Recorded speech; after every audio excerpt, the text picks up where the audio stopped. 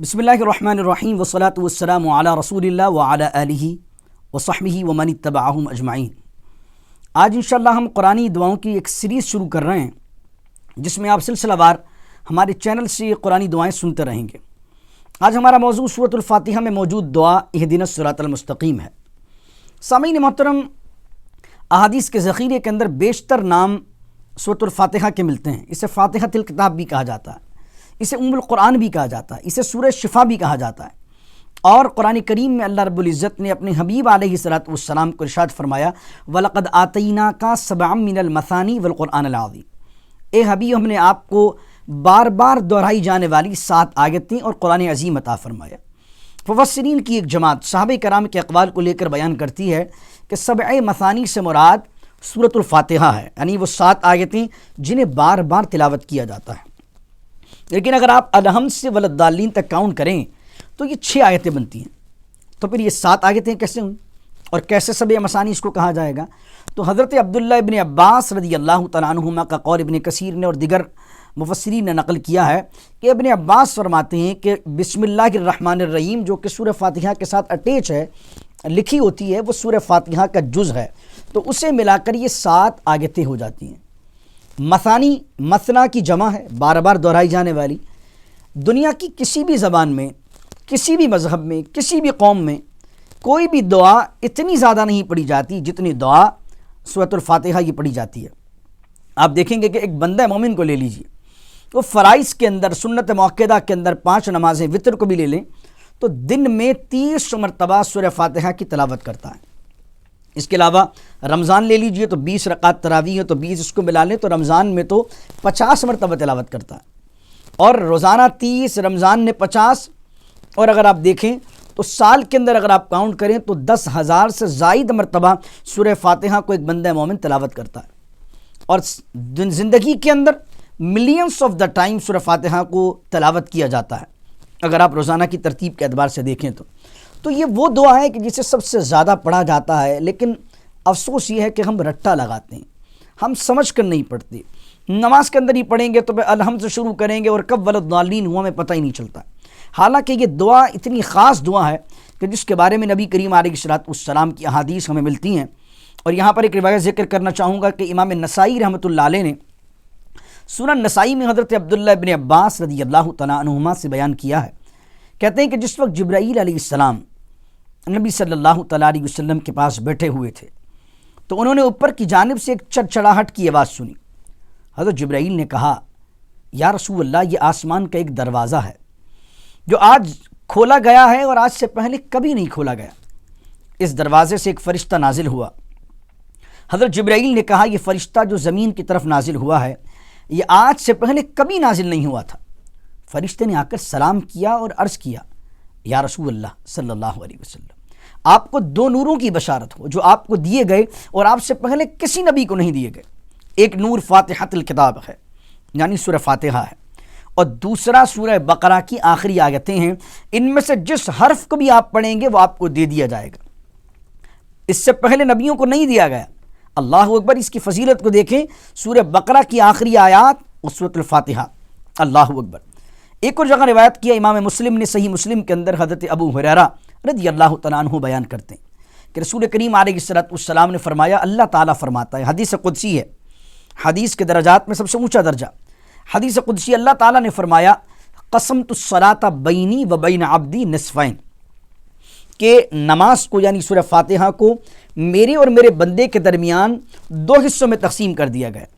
پھر اللہ فرماتا ہے کہ جب بندہ کہتا ہے الحمدللہ رب العالمین، تمام تعریفیں اللہ کے لیے ہیں جو سارے عالم کا پالنے والا، تو اللہ فرماتا ہے میرے بندے نے میری حمد کی۔ اور جب وہ کہتا ہے الرحمن الرحیم تو اللہ فرماتا ہے میرے بندے نے میری ثنا کی۔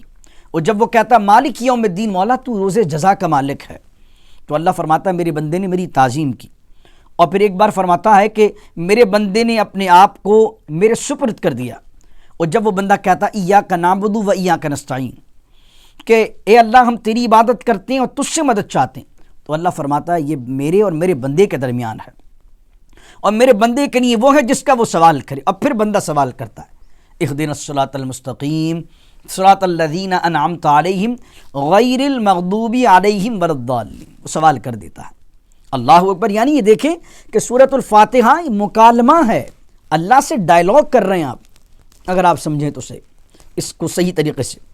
تو آگے بیان فرمایا کہ اس دعا کے اندر اللہ رب العزت نے آپ کو دعا مانگنے کا سلیقہ اور طریقہ بیان کیا ہے، آداب بیان کیے کہ پہلے اللہ کی حمد کیجیے، اس کی اتھارٹی کو بیان کیجیے، پھر آپ کا اور اللہ کا کیا لنک ہے اس کو بیان کیجیے۔ ایاک نعبد و ایاک نستعین۔ آپ یہ کہہ رہے ہوتے ہیں کہ او اللہ I am your Abdul and you are my رب، اے اللہ میں تیرا بندہ ہوں اور تو میرا رب ہے۔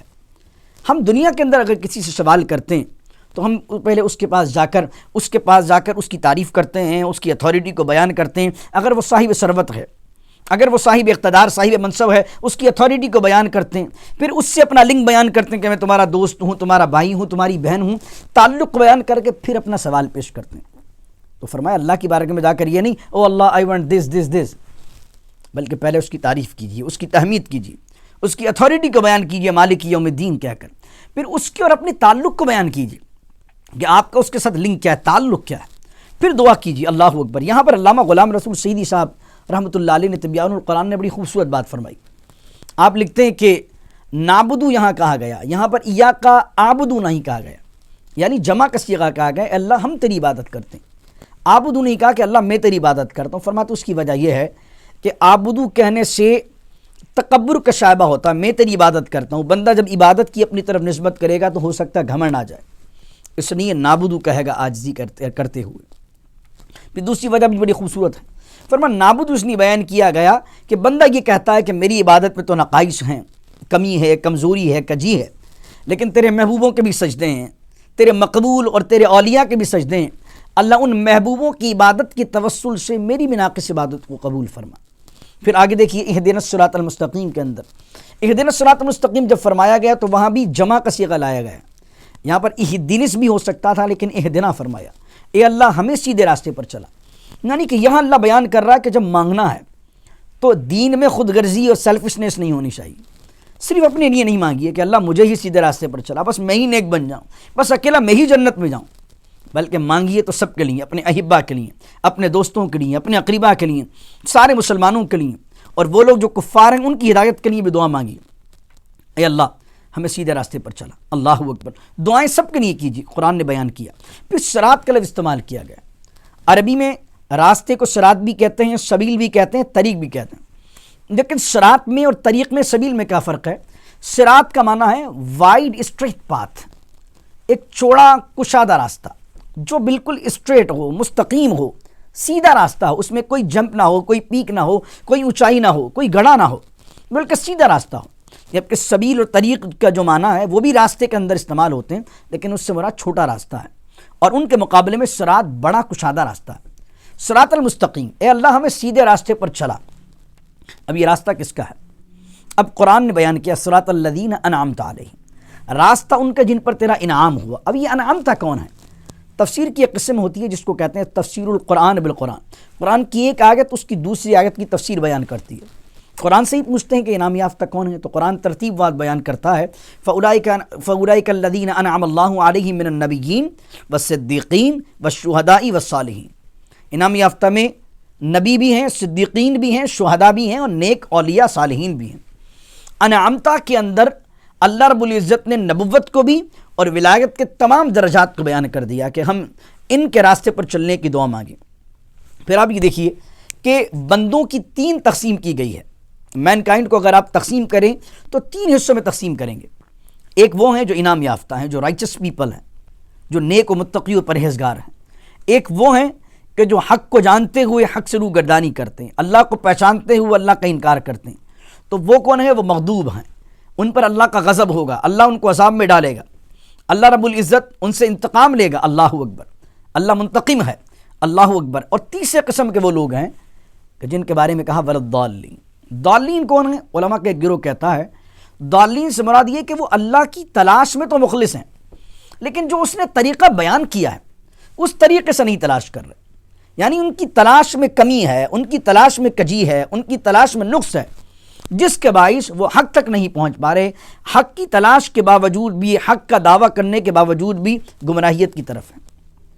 تو فرمایا ایسوں میں سے نہ ہوں کہ ہم حق کی تلاش میں ہوں لیکن گمراہ ہو جائیں، دین اسلام کے اندر بھی ایسے بہت سے طبقات آپ کو ملیں گے کہ جو حق کا دعویٰ کرتے ہیں، حق پر ہونے کا دعویٰ ہے، تلاش بھی کریں گے، جستجو بھی کریں گے، لیکن انداز حق کو تلاش کرنے کا غلط ہوتا ہے، جس کی وجہ سے گمراہیت کے دلدل میں جا کرتے ہیں۔ تو ہم سورہ فاتحہ میں کیا دعا کرتے ہیں کہ ہمیں انعام یافتہ لوگوں کے راستے پر چلا، نہ کہ ان لوگوں کے راستے پر جن پر تیرا غضب ہوا، نہ ان لوگوں کے راستے پر جو گمراہ ہو گئے۔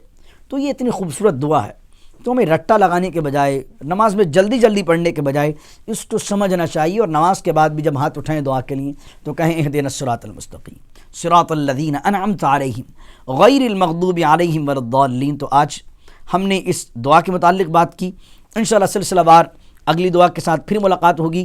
اجازت دیجیے محمد حسن رضا قادری کو امریکہ کی ریاست ٹیکساس کے شہر پلانو کی نوری مسجد سے۔ السلام علیکم ورحمۃ اللہ۔